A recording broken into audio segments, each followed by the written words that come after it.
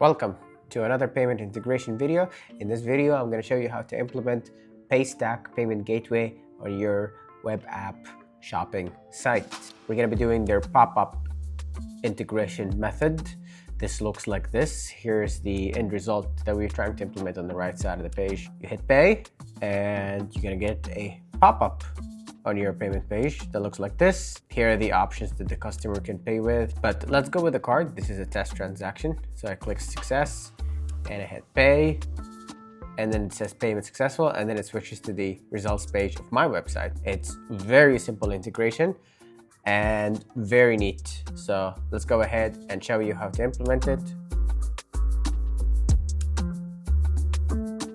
So to do this, we're going to be referring to this integration guide over here to implement our Paystack integration on a brand new web page that doesn't have any payment gateway integrated to it. If I click pay here, it's not going to do anything. It's just going to wait for 2 seconds and then return to the results without processing any payment here. But first step would be to sign up for Paystack developer account, and you do that by clicking on the sign up icon here, and then you say here it's going to say new to Paystack sign up. You click sign up and then you fill in your information, and then you're going to get access. And when you get access, it will look like this. Here, this is their portal, and here it's going to say test mode until you complete your business information and go live. But for now, for the development purposes, we're going to grab their API key, which we can find in settings, API keys and webhooks, and then you're going to find your API key here under test secret key. And now I'm going to follow the integration steps here. So step 1, because we're implementing in React Native, we're going to be installing their package Paystack pop using this command line. Go to your project and just install that. Second step, you need to do the initialize transaction API call. It's a very simple API call here that takes the email for the customer and the amount in Nigerian Naira. And here's what a sample API call look like. This is the endpoint. It's the same endpoint for production and sandbox, which is convenient. What you just switch between them by just using your sandbox API key. So you hit send and you get this response. Our second step after obtaining the API key was to implement this API in our server. So let's just go ahead and do that. Okay, this is my endpoint. I'm gonna code everything for the API call here, and I'm using Firebase to host my endpoints. So I'm gonna just code it here like this. I first need to install my dependencies, that is Axios for calling the API, Course, so I can develop without any headache in sandbox environment. Gonna add them here. And then to code this endpoint, all I gotta do is just go to Postman. Here in Postman, on the right side, there's a code symbol. Just click on it, and here select Node.js Axios, and then you could just copy this and use it in your code. I'm gonna make some modifications. For example, I'm gonna get rid of this cookie, I don't need it, and I'm gonna replace this with my actual authorization header. This will be bearer, and then your API key, like this. And email, I'm going to get that from my client side, so they should be reading it from the body of the request like this. In addition to this, I want to create a random reference, and for that I'm going to use this method that generates a random alphanumerical string given a length. So I'll just use this here, and my reference number is going to be a 10 digit, so that's why I put 10 digits here. So this is going to create a random string and assign it to this value. Okay, lastly, I need to respond to my server here, or sending the error if you're getting an error. Or to simplify the code, we can just take this, take it out, put it here. And because this is a wait, I need to make this async. And to be able to get this to work in the development environment in my browser so that I don't get any problems, only for the development environment, I'm gonna wrap all of this in this course method, like this. Now, just a quick note, you shouldn't just put your API key here and hard-coded in plain text. You should be using environment variables. Okay, now let's check if this method is working. I'm gonna go ahead and run it on my emulator. Here you go, I'm testing it on Postman. This is my localhost URL, this is the email, this is the amount, and it looks like here like it's working. Cool, so this is ready to be deployed in production and used in my client side. Cool. While this is getting deployed, let's move on to the next step. So the next step after you get this API to work is that you need to do this in the client side to complete transaction. So let's jump back to our client side code here at the card page. My card is currently in dollars. Let me change that to Nigerian Naira. Now let's get back to implementing the Paystack front-end code. So we installed the library. Now we need to import this library in our code. Then when the user clicks on Pay button in your page, you want to open the pop-up. And you would do that using your API call and then using this. You're going to call your API to get this access code, and then you're going to plug it here, and that will make the pop-up shows up. So here in send payment, I just have dummy code right now. What I'll do instead is that I'll call my API that I just deployed to production.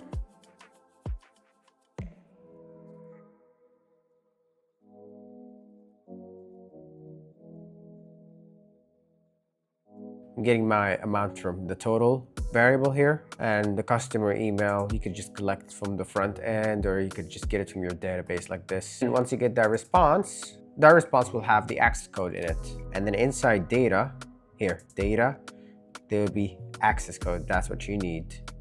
And then once you get that, you can use that code that you saw in the Paystack documentations here. Access code will just go here, and that will cause the pop-up to show up. Now let's try this. See if it works. Hit pay. There's the pop-up. Now when you hit success and then you hit pay, the payment will be complete and it goes back to your page, but it's not going to redirect. So we need to handle that and make it redirect after the payment is done. And to do that, we need to implement callbacks. Now the callbacks are mentioned here on the inline.js reference guide. Here there's a section that says callbacks, and here it's going to tell you that this Paystack object exposes some callbacks that you could use to handle the responses. There's a callback for when the payment is successful, a callback for when the payment is canceled, and if there's an error with the payment. And we're going to implement all of them. So you can pass in those callbacks in anywhere you want in the Paystack object. For example, here in resume transaction, you could just do comma, and then you open up an object, and here you put your callbacks: on cancel, on error, on load, on success.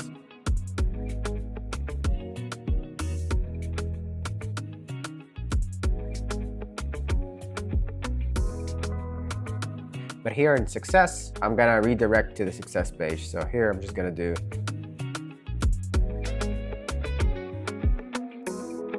and I'm gonna append to the result page destination the reference that I'm getting also from the response from my server. This will be here, because I'm gonna use that to query the response for the payment.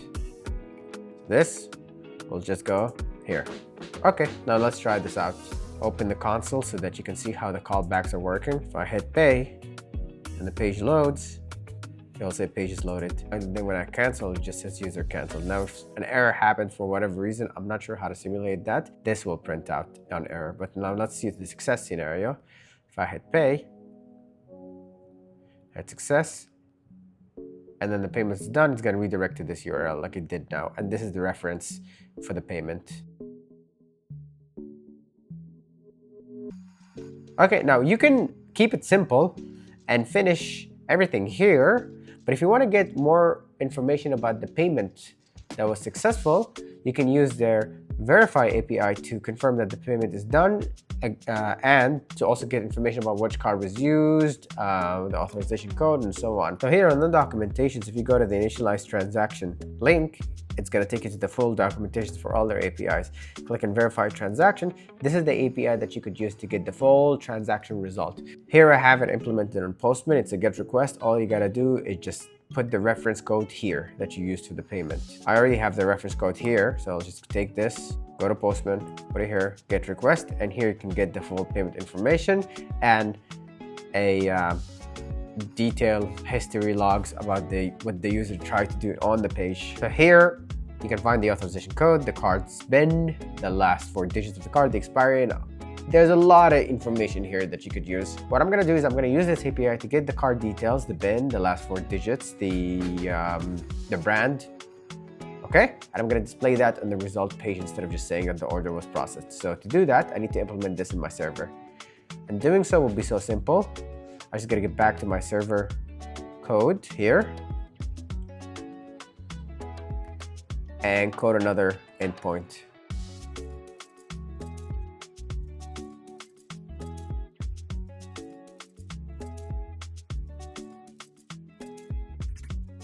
Okay, that's all I gotta do. It's very simple. So I get the reference, which I need to get the result.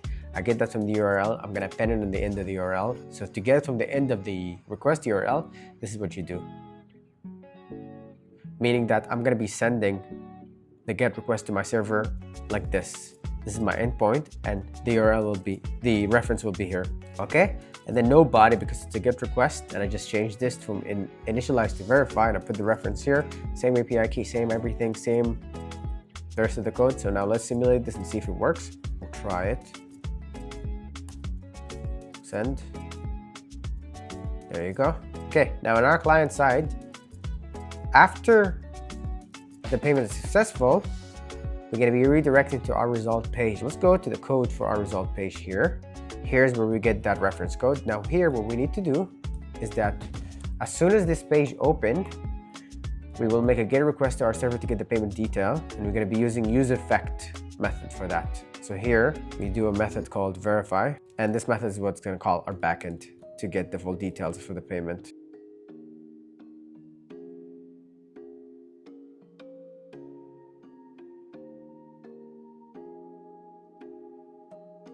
Okay, so I'm gonna make the GET request here, and as soon as I get the response, which will look like this, I need to get this object authorization, which will be inside data. Okay, so here's my endpoint URL.